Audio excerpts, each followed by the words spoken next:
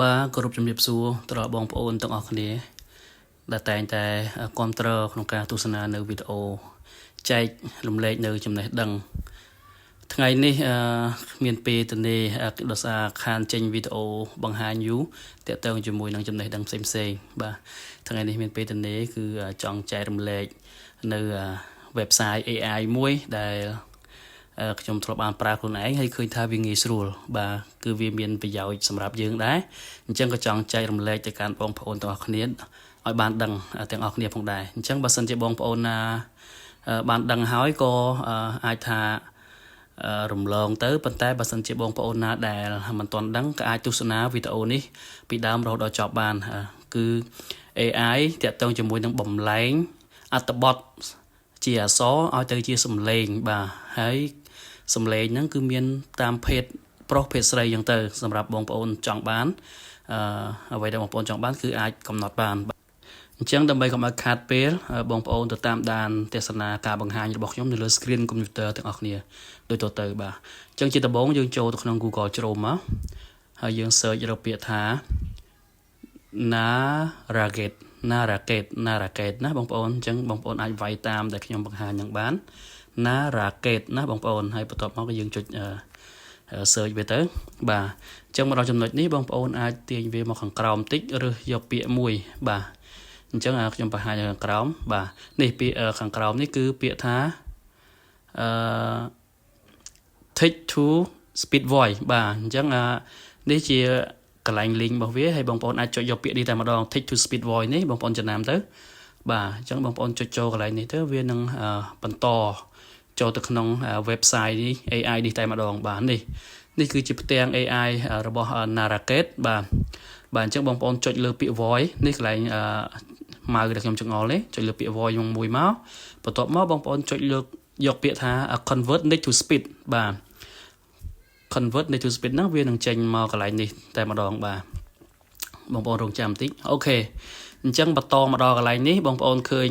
នៅកន្លែងពាក្យថា language បាទកន្លែង language ខាងលើនេះបាទអញ្ចឹងកន្លែងនេះបងប្អូនអាចចុចសញ្ញាព្រួញចុះក្រោមហ្នឹងទៅហើយបងប្អូនរើសនៅភាសាបាទកន្លែងនេះបងបាទនេះកន្លែងព្រួញចុះក្រោមអូខេហើយបងប្អូនរើសនៅភាសាបងប្អូនទាញមកក្រោមមករើសត្រអក្សរ K ខ្មែរណាបងប្អូនបាទនេះខ្មែរបងប្អូនអញ្ចឹងយើង select យកភាសាខ្មែរមកបាទអញ្ចឹងយើង select មកអញ្ចឹងនៅពេលដែលយើង select វាកន្លែង voice ខាងក្រោមនេះវានឹងមានឈ្មោះខ្មែរយើងភេទប្រុសសវត្ថទៀតអសវត្ថអញ្ចឹងណាបងប្អូនហើយឈ្មោះស្រីគេដាក់នីសាទៅហ្នឹងសម្រាប់ឈ្មោះខ្មែរយើងមាន2ហ្នឹងអញ្ចឹងណាបាទអញ្ចឹងខ្ញុំមានអត្ថបទមួយបងប្អូននេះខ្ញុំមានអត្ថបទមួយខ្ញុំ copy ហើយយកមកផាសទៅចូលនៅក្នុងកន្លែង script នេះបងប្អូនបាទអញ្ចឹងខ្ញុំសរសេរប្រហែល clear នេះដើម្បីឲ្យ AI ហ្នឹងធ្វើការ generate ឲ្យយើងបងប្អូនឥឡូវយើងចុចពាក្យថា create audio បាទយើងចុចកន្លែងក្រហមនេះបងប្អូនចុចកន្លែងនេះទៅវានឹង generate ឲ្យយើងហ្នឹងបាទអញ្ចឹងរងចាំមកបន្តិចទៅយើងបានចុចហើយអូខេអញ្ចឹងបងប្អូនឃើញហើយវាកំពុងតែ upload file បាទកំពុងតែ upload file របស់យើងហ្នឹងបងប្អូនរងចាំតិចទៅបើសិនជាយើងប្រើអត្ថបទនឹងរឿងវែងក៏វារឿងយូរអញ្ចឹងទៅប៉ុន្តែបើយើងខ្លីទេគឺវា generate ឲ្យយើងបានលឿនណាបងប្អូនអូខេយើងរងចាំតិចទៅអូខេវាដើរហើយអញ្ចឹងវាដើរភាគរយរបស់វាបន្តិចបងប្អូនចាំតិចដូចជាអត់យូរប្រហែលទេអូខេឥឡូវវា load មកហើយនេះគឺជាaudio ដែលយើងបាន generate វាអញ្ចឹងយើងទៅស្ដាប់សំឡេងវាទាំងអស់គ្នាណាអូខេតោះជំរាបសួរបងប្អូនទាំងអស់គ្នាថ្ងៃនេះខ្ញុំសូមបង្ហាញនៅ A1 ដែលអាចបំលែងអត្ថបទទៅជាសំឡេងបានយ៉ាងច្បាស់ល្អអញ្ចឹងបងប្អូនបានស្ដាប់ហើយនៅសំឡេង AI ដែលបានអាននៅ script របស់យើងដែលយើងផាសចូលមិញនេះគឺបានឡើងច្បាស់អូខេអញ្ចឹងបើសិនជាបងប្អូនពេញចិត្តហើយបងប្អូនចុចតែពាក្យ download នៅខាងពណ៌ក្រហមនៅខាងក្រោមនេះបាទអញ្ចឹងបងប្អូនចុចកន្លែងនេះទៅអូខេបាទអញ្ចឹងវាកំពុងតែដើរនេះបងប្អូនអញ្ចឹងឥឡូវយើង download បានហើយអញ្ចឹង file នេះបងប្អូនអាចបើកស្ដាប់បានហើយបងប្អូនអាចយកទៅទុកប្រើជា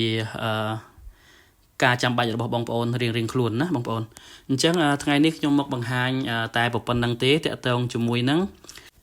AI ដែលបំលែងអត្ថបទទៅជាសំឡេងបានយ៉ាងច្បាស់បាទបងប្អូន